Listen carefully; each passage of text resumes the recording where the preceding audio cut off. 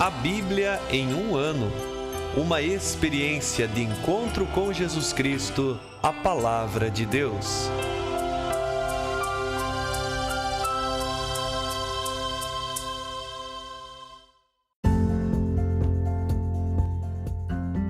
Olá, eu sou Yuri, seminarista da Diocese de Ponta Grossa, Paraná. Você está ouvindo o podcast A Bíblia em um ano.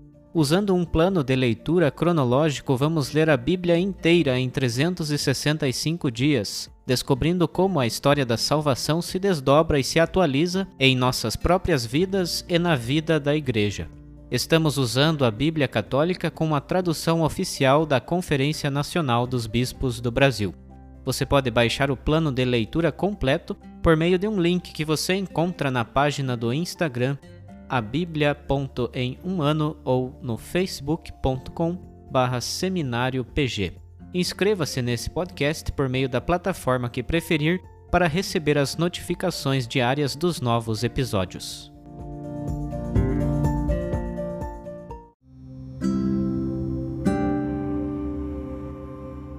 Olá, eu sou o Padre Joel Nalepa, da Diocese de Ponta Grossa, no Paraná. Antes de iniciarmos a leitura e a escuta dos textos bíblicos propostos para hoje, vamos pedir que o Espírito Santo ilumine nossa mente e nosso coração para que a Palavra de Deus frutifique em nossas vidas. Em nome do Pai, do Filho e do Espírito Santo. Amém. Vindo Espírito Santo, enchei os corações dos vossos fiéis e acendei neles o fogo do vosso amor. Enviai o vosso Espírito, e tudo será criado, e renovareis a face da terra. Oremos. Ó Deus, que instruístes os corações dos vossos fiéis com a luz do Espírito Santo, fazei que apreciemos retamente todas as coisas, segundo o mesmo Espírito, e gozemos sempre de sua consolação. Por Cristo nosso Senhor. Amém.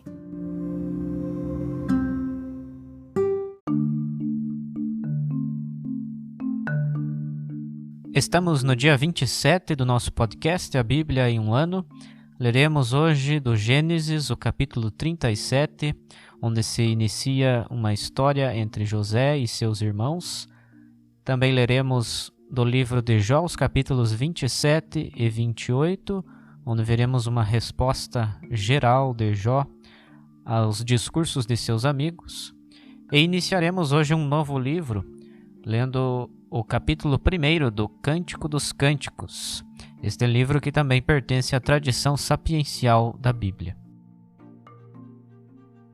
Gênesis capítulo 37. Jacó se estabeleceu na terra em que seu pai tinha vivido como migrante em Canaã. Estas são as gerações de Jacó. José, com 17 anos de idade, apacentava o rebanho com seus irmãos. Ainda rapaz, ajudava os filhos de Bala e de Zelfa, mulheres de seu pai. E José levava comentários negativos a respeito deles ao pai.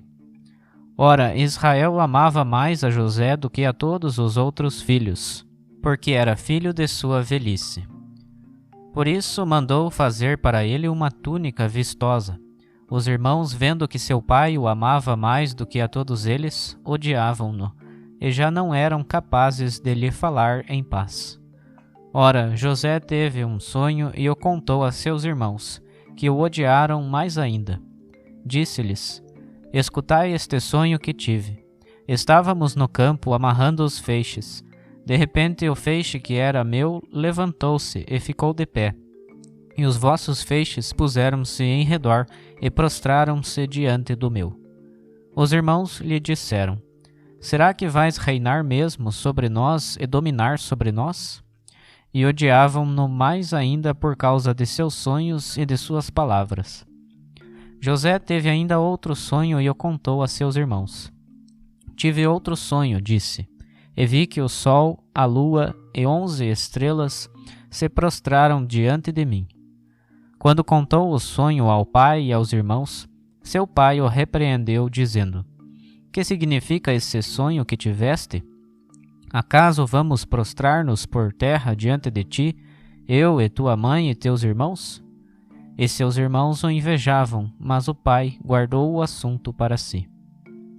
Os irmãos de José tinham ido apacentar os rebanhos de seu pai em Siquém, E Israel disse a José: Teus irmãos estão apacentando em Siquém. Vai, eu te envio a eles. Eis-me aqui, respondeu. Então o pai lhe disse: Vai ver se teus irmãos e os rebanhos estão bem, e retorna-me notícias.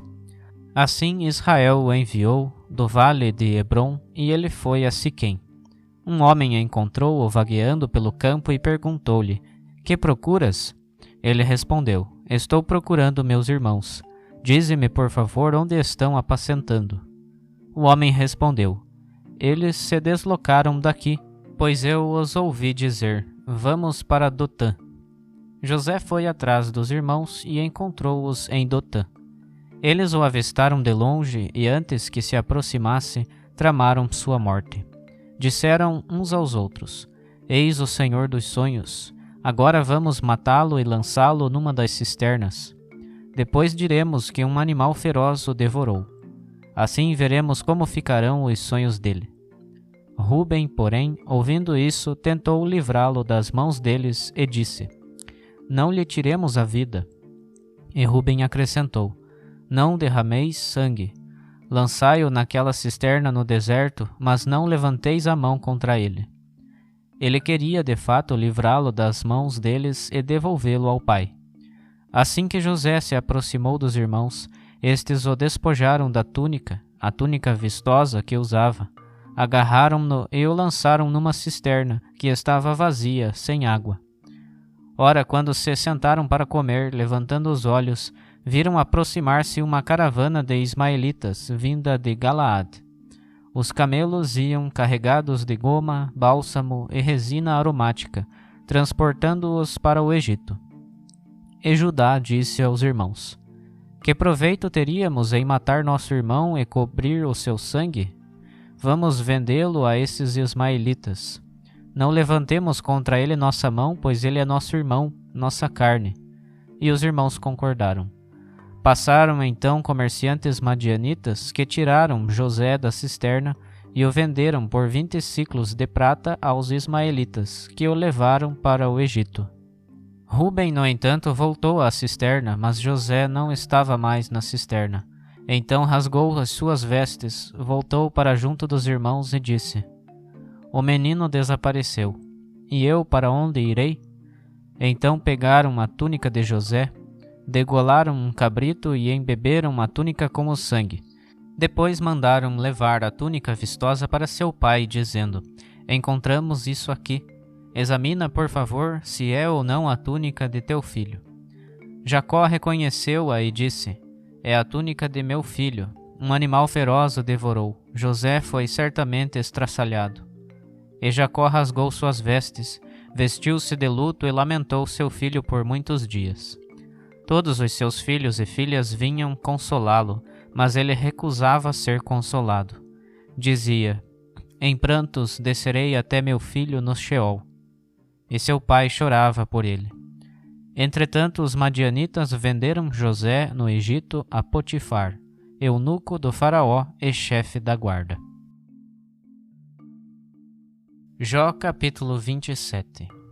Ao retomar o seu discurso, Jó acrescentou: Pelo Deus vivo que rejeitou o meu direito, pelo poderoso que mergulhou minha alma na amargura, enquanto em mim restar alento e o sopro de Deus estiver em minhas narinas, meus lábios não falarão iniquidade, nem minha língua pronunciará mentiras. Longe de mim, porém, dar-vos razão. Enquanto eu respirar, não me apartarei da minha inocência. Não largarei a minha defesa, que comecei a fazer, pois meu coração nada me reprova em toda a minha vida. Seja considerado como ímpio o meu inimigo, e como iníquo o meu adversário. Dizeis: Qual é a esperança do ímpio quando secar, quando Deus arrebatar-lhe a vida? Acaso Deus ouvirá o seu clamor quando vier sobre ele a angústia? E ele mesmo encontrará alegria no poderoso e invocará a Deus em todo o tempo? Eu vos ensinarei o que é a mão de Deus, e não esconderei o que tem o poderoso. Aliás, vós todos já o constatastes. Por que então ventilais coisas vãs sem motivo? Vós dizeis: Esta é a parte do ímpio junto a Deus, a herança dos violentos que eles receberão do Poderoso. Caso seus filhos se multipliquem, será para a espada, e seus netos não se fartarão de pão. O que dele restarem serão sepultados na ruína, e as suas viúvas não chorarão. Mesmo que acumulasse dinheiro como terra, e como barro amontoasse as vestes, amontoará sim, mas o justo se vestirá com elas, e o inocente herdará o dinheiro. Ele construiu sua casa como a aranha ou como o abrigo do vigia. O rico, ao deitar-se, nada leva consigo. Abre os olhos e nada encontra. A miséria o surpreenderá como numa noite a tempestade o arrebatará. O vento abrasador o atingirá e o levará, como um turbilhão o varrerá do seu lugar. Cairá por cima dele e não o poupará, enquanto ele tenta escapar de suas mãos. E à sua queda baterão palmas, assobiando da sua própria casa contra ele. Capítulo 28. A prata tem seus veios, dos quais é extraída, e o ouro um lugar onde é depurado. O ferro é extraído da terra, e a pedra, fundida ao calor, torna-se cobre. O ser humano põe um limite às trevas e sonda até o extremo do universo, até a rocha escura e tenebrosa. Gente estranha abre galerias, esquecendo-se dos próprios pés. Suspensos oscilam de um lado para o outro. A terra que antes produzia pão, embaixo é revolvida como pelo fogo. Suas pedras são jazidas de safiras, seus torrões contêm pepitas de ouro. Tal caminho não é conhecido do abutre, nem o viu o olho do falcão. Não o percorreram feras majestosas, nem por ele passa a leoa. É o ser humano que estende a mão sobre o granito e derruba as montanhas pela base, abre canais nas rochas com um olhar atento a tudo o que é precioso. Investiga também as profundezas dos rios e traz à luz o que estava escondido. A sabedoria, porém, onde se encontra? Qual é o paradeiro da inteligência? O homem não sabe o valor que ela tem, e ela não se encontra neste mundo. Diz o abismo: ela não está em mim. E o mar responde: não está comigo. Ela não se compra com o ouro mais fino, nem se troca a peso de prata. Não se paga com o ouro de Ofir, nem com a pedra mais preciosa ou a safira. Não a iguala o ouro, nem o vidro, nem se trocarão por ela vasos de ouro. Em comparação com ela nada valem os cristais, e adquirir a sabedoria vale mais que pérolas. Não se compara com ela o topázio da Etiópia, nem o ouro mais fino a ela se iguala. De onde vem, pois, a sabedoria, e qual é o paradeiro da inteligência? Ela está oculta aos olhos de todos os mortais, e mesmo às aves do céu ela se esconde. A destruição e a morte declaram: sua fama chegou aos nossos ouvidos. Mas só Deus conhece o seu caminho, só Ele sabe do seu paradeiro, pois só Ele contempla os confins do mundo e vê tudo o que existe debaixo do céu. É Ele quem calibrou a força do vento e fixou a medida das águas. Quando impôs uma lei às chuvas e uma rota às tempestades ruidosas, Ele a viu e a descreveu, preparou-a e a esquadrinhou. E disse à humanidade: no temor do Senhor está a sabedoria, no apartar-se do mal, a inteligência. Cântico dos Cânticos, capítulo 1. O Cântico dos Cânticos de Salomão. Que ele me beije com os beijos de sua boca, são melhores que o vinho teus amores, como a fragrância dos teus refinados perfumes. Como perfume derramado é o teu nome, por isso as adolescentes enamoram-se de ti. Leva-me atrás de ti, corramos, que o rei me introduza nos seus aposentos. Exultemos e alegremo-nos contigo, celebrando teus amores, melhores que o vinho. Com razão elas te amam. Sou morena, sou formosa, mulheres de Jerusalém, como as tendas de Cedar, como os tapetes de Salmá. Não me olheis com desdém por eu ser morena, pois foi o sol que mudou minha cor. Meus irmãos irritaram-se comigo e me puseram a guardar as vinhas, mas minha própria vinha não guardei. Mostra-me, ó amor de minha alma, onde pastoreais, onde repousas ao meio-dia, para que eu não comece a vaguear atrás dos rebanhos de teus companheiros. Se não sabes, ó mais bela entre as mulheres, vai seguindo as pegadas dos rebanhos e apacenta os teus cabritos junto às tendas dos pastores. A uma potranca das carruagens do faraó eu te comparo, ó minha amada. São belas as tuas faces entre os brincos e teu pescoço rodeado de colares. Faremos para ti brincos de ouro com filigranas de prata. Enquanto o rei estava no seu divã, meu nardo exalou o seu perfume.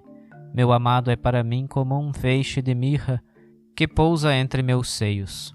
Meu amado é para mim como um cacho de alfena das vinhas de Engadi. Como és bela, minha amada, como és bela, com teus olhos de pomba. Como és belo, meu amado, como és encantador.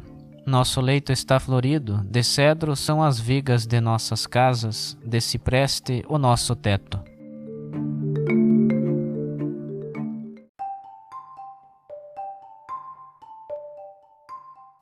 Olá, eu sou o Padre Tiago, padre diocesano da Diocese de Ponta Grossa, no Paraná.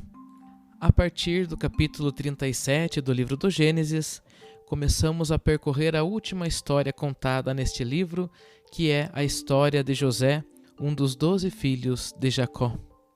E eu começo citando um padre da igreja, São Cirilo de Alexandria, que ao dizer que José, o filho amado de Jacó, que inclusive ganha aquela túnica multicolorida, muito bonita, e que causa inveja nos seus irmãos, é uma figura de Jesus Cristo, o Filho do Pai muito amado, e que pelo Pai será revestido de glória, e que também causará ciúmes e inveja para os judeus do seu tempo, para os sacerdotes, para os fariseus. E além de São Cirilo, outros padres da igreja também comparam José com Jesus Cristo, pois o sofrimento pelo qual José passará ao ser vendido pelos seus irmãos para aquela caravana de comerciantes será necessário mais tarde para a salvação dos seus próprios irmãos. E aqui nesta história de José, nós vemos que Deus já não se manifesta diretamente aos homens como acontecia com os patriarcas, com Abraão, também vimos isso com Jacó, mas agora uma das formas de Deus se manifestar para José é por meio dos seus sonhos, um tanto estranhos e que foram incompreendidos por seus irmãos e até mesmo por seu pai. Mas naqueles sonhos de José, em primeiro lugar, aqueles feixes, um feixe em pé, que era o seu feixe, e os outros feixes se prostrando diante dele, e depois o outro sonho, onde o sol, a lua e 11 estrelas se inclinavam diante dele, já começa a demonstrar os planos de Deus a respeito de José e dos seus irmãos. Não é mais uma intervenção direta de Deus, como acontecia com os outros patriarcas, mas agora Deus indica aquilo que vai acontecer a José por meio de sonhos.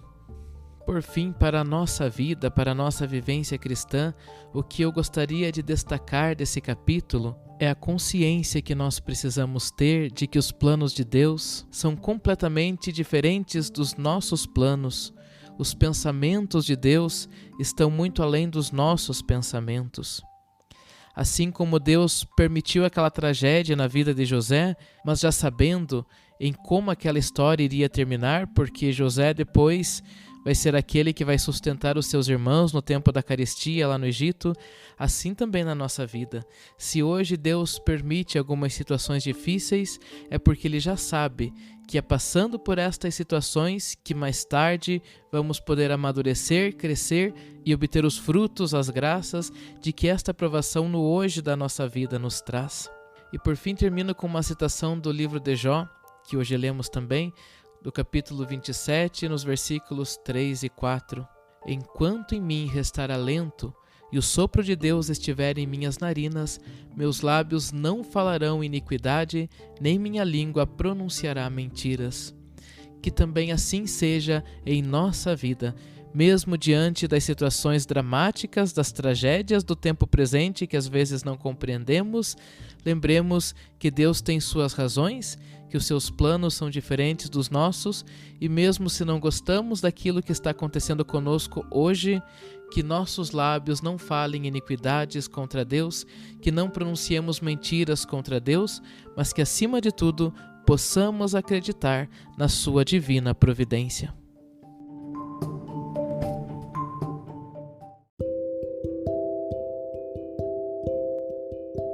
Querido irmão, querida irmã, após a leitura e a meditação da Palavra de Deus contida na Sagrada Escritura, peçamos que o Espírito Santo inspire as nossas ações a partir do mistério de Jesus Cristo, o Verbo encarnado. Oremos. Ó Deus, concedei ao vosso povo alimentar-se cada vez mais da vossa palavra e nela encontrar a fonte da vida. Por nosso Senhor Jesus Cristo, vosso Filho, na unidade do Espírito Santo. Amém. Quem vos fala é Dom Sérgio Arthur, bispo da Diocese de Ponta Grossa, no Paraná. Desça sobre vós a bênção de Deus Todo-Poderoso, Pai e Filho e Espírito Santo. Amém.